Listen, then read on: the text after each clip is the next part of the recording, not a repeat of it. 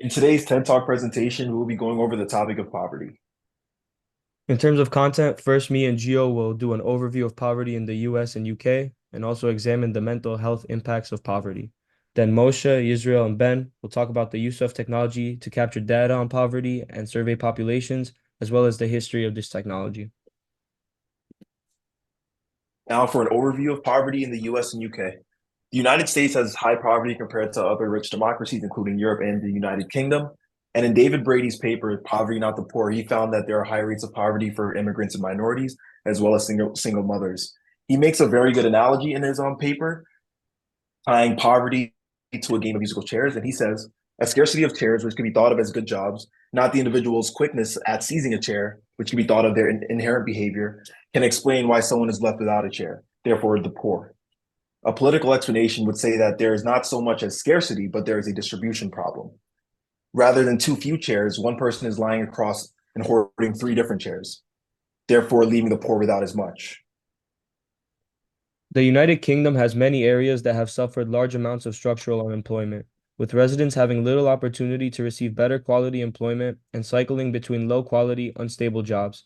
This has developed what seems to be a rust belt of previously heavily industrialized cities, which are examined within Shildrick and McDonald's Poverty Talk paper. And in the US, data shows that there is a strong and significant negative relationship between poverty rates and social welfare spending. The actual US poverty rates are very well predicted by the fact that the United States has low levels of social welfare spending, which is the same as the United Kingdom. The UK also have had low welfare spending in the recent years. Since the election of the UK's conservative-led coalition government in 2010, political justification for cuts to welfare spending has been facilitated with the argument in favor of these cuts painting those on welfare as pursuing a lifestyle choice. This pushes the problem upon the people rather than blaming the government, saying that welfare recipients use the benefits to their own gain. And lastly, formal institutions in the United States have been linked to poverty, which includes slavery, federalism, the electoral systems, democratization, colonialism, as well as criminal justice. And in the literature, he found that there is actually a significant relationship between minimum wage states and laws and lower poverty levels. Now to look at poverty and mental health in the US. In the United States, researchers have found that poverty has feedback effects, which also reproduce poverty. Researchers argue that poverty imposes a cognitive burden, which present bias, and stress, which reduces bandwidth, which then purportedly encourages counterproductive poverty increasing behavior, which we saw in the research in our lecture that said stress causes poverty and therefore poverty causes stress. And there's a significant relationship between that. And Brady's quoted, the US tends to focus on why certain dramatized individuals are poor, their life history, unfortunate circumstances, or counterproductive behavior that cause such dire straits, rather than why the United States has systematically high poverty.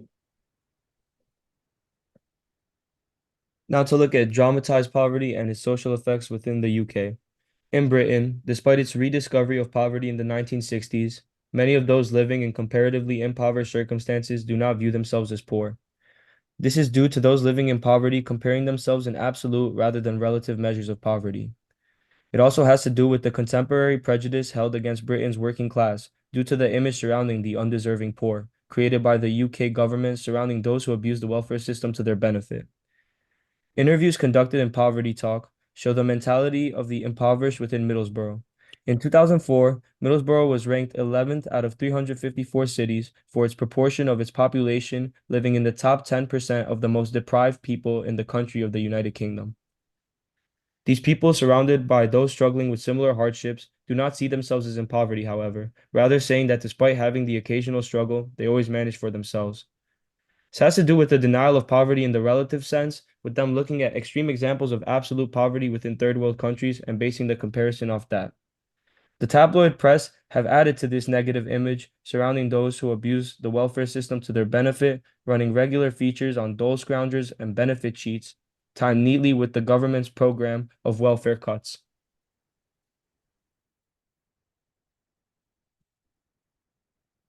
So we're going to discuss technology's use in understanding poverty. We're going we're going to understand the use of satellite imagery to analyze infrastructure of neighborhoods and assess poverty. understand pooling phone metadata to better understand a country's wealth distribution. Technology gives us access to information where accurate information isn't surveyed or accessible. And technology can continue to be utilized in understanding poverty. So satellite imagery and convolution neural networks.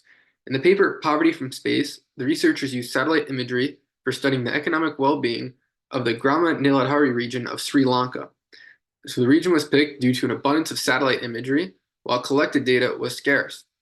So they used CNN to identify features in imagery such as buildings, shadows, roads, vehicles, agriculture, and construction materials. The CNN system was tested in Brazil, and New York City was able to determine block income with accuracy. So satellite imagery versus nighttime light. So nighttime light only correlates to population density on a macro level. It doesn't tell us much beyond that of what's going on within the country. Nighttime light indicates the economic well-being of a country as a whole versus other, so you can see how many lights are on at night, but it gives nothing about the particulars of that country, which is why for satellite imagery, analyze the infrastructure and substance of regions for more in-depth microanalysis and internal comparison. It analyzed the individual features within different regions and compared them to each other, so you can see the difference between different cities and try to assess their poverty level. And this type of satellite imagery can be used to make suggestions for future development. So findings and analysis, here's what the researchers found. So they utilized two poverty lines. One was $3 a day and one was $5.13 a day for living off of. And they found the existence of agricultural land had a weak and negative association with poverty and was not statistically significant. Paddy agriculture had a weak and negative association with poverty. And they found that an increase in cars and log cars shows a 2.2% decline in poverty at the higher poverty line, and an increase in log per capita consumption had a 1.2% decline in the lower poverty line. More road length as a 2.5% decline in poverty and a 0.031 increase in log consumption. And more buildings showed a 2.7 decrease in lower poverty line and an 8.1% decrease in the higher poverty line.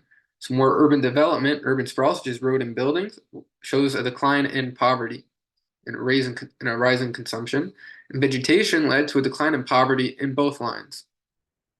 So with analyzing these factors, future development can identify key infrastructure and factor into future developments to alleviate the poverty within the region. In this survey, Blumenthal et al. Sought to solve what they saw as a large problem in striking out poverty in the world, which is that there's just a general lack of reliable data across the world on an individual and macro level for poverty tracking, but especially in underdeveloped countries. What a solution that they came up with was that they saw that there was one thing that existed across all countries and continents and developed and underdeveloped countries, which was cell phone usage. So they theorized that they could take metadata from phone networks and use those as a reliable tracker of poverty in countries where there isn't a reliable national database on poverty. So what the researchers did is they went to Rwanda and they took anonymous phone metadata from Rwanda's largest mobile phone network, and they compared that with their own surveys that they conducted, just national phone surveys, calling up residents. They called up a few hundred people and got a few hundred responses that acted as the control. As what they saw that would get the standard accurate survey information, and then they also compiled that with DHS surveys of Rwandan poverty. And what they found out was that phone metadata, the data that they got from the phone carrier, was actually a fairly reliable depictor of individual poverty across Rwanda and also wealth distribution across Rwanda. In this first graph here, the researchers graph the independent variable as the predicted depicted wealth, on an individual basis, which was the data that they got from the phone carrier, and graphed the results against the actual wealth data, which they got from their own surveys. As you can see, there's a positive correlation between what the phone metadata got and what their own surveys got. In part B, they also part of the surveys was supposed to ask individuals about luxury items that they owned, like fridges, televisions, motorcycles, electricity. They found that there was a true positive rate when comparing the results from the phone metadata versus the surveys. Same goes for identifying percentiles. They found that there was a true positive rate when identifying percentiles using the metadata. There was a false positive rate. So this was all for identifying individual levels of individual poverty and its accuracy. Now this chart or this picture speaks more to the wealth distribution concern.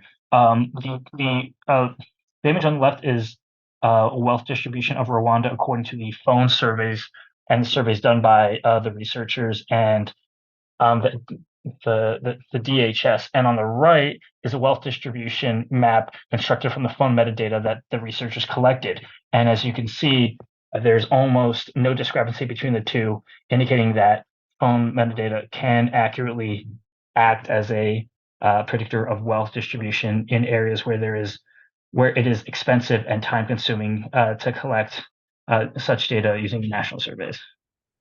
The way economists have been measuring economic inequality has been changing and developing for centuries.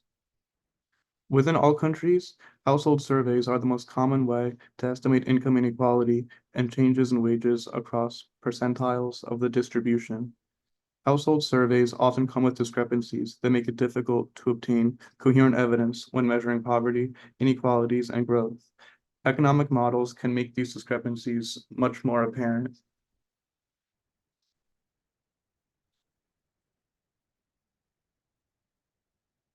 In 1895, Engel went far beyond the original law and claimed that the food share is itself an indicator of family well-being, independent of family composition. Rothbard in 1943 suggested that we might look at goods that were bought only by adults, such as alcohol and tobacco. He said that on expenditures such as these items would indicate the expenditure needs of children. A project by Stone and Brown in 1962 used a model constructed around an input-output matrix, a consumption function, and a matched set of demand equations that use prices and income to map out the demand for commodities. Almost Ideal Demand System of Deaton and Mulbauer in 1980 allowed a linear estimation of its parameters, at least under an often reasonable approximation. It has one income parameter per commodity. This controls whether or not the good is considered a necessity or luxury. It is a flexible functional form with an explicit indirect utility function. When studying food and nutrition in India, Deaton highlighted the fact that Engel curves do not identify the effects of rising income on calorie consumption and on how nutrition depends on many more factors than the intake of calories and protein. The subject of food and well-being remains as one of the oldest topics in economics. Much in this topic still remains unresolved. The determinants of measuring true inequality is still developing and adapting to this day.